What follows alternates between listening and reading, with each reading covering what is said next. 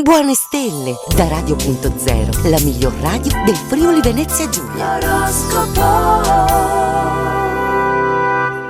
Martedì 2 marzo, una buona giornata a tutti e ben ritrovati nell'appuntamento con le stelle di Radio.0. Buon ascolto con l'oroscopo. Ariete, iniziate questo martedì con la luna in bilancia in quadratura a Plutone. Famiglia, partner e capo a vostro avviso puntano un dito accusatore contro di voi. Il partner stravede per voi, rispondete in tono garbato accettando la vostra e la sua imperfezione.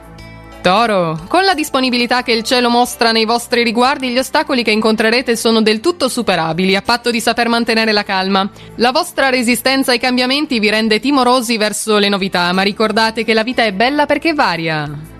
Gemelli, la luna in bilancia vi solleva in quota, risolvete questioni legali e assicurative da tempo in sospeso. Voglia di acquisti e di un nuovo look, ma la giornata si presta ideale per coltivare anche interessi personali o scambiarsi effusioni con l'amato bene. Cancro, di fronte a un imprevisto la lucidità viene meno ed esitate una volta di troppo, tanto che alla fine quello che era un sasso diventa per voi una montagna. Con la luna di traverso ogni pretesto è buono per litigare, rivangando questioni ormai superate. Leone, il dinamismo e la voglia di brillare si armonizzano e si esprimono con equilibrio oggi. Il tono della voce pacato vi vale degli ascoltatori più attenti. Quando l'istinto e la ragione procedono affiancati, qualunque decisione presa si rivela quella giusta.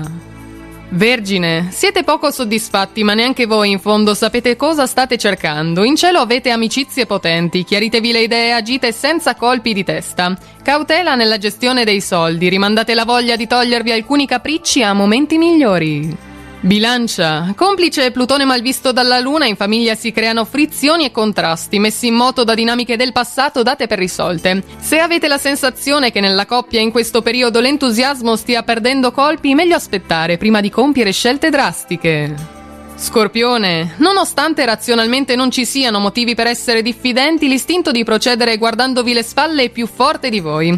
Mettendo però sul piatto della bilancia i torti subiti e quelli fatti, potete dormire sonni tranquilli, alla fine i conti tornano.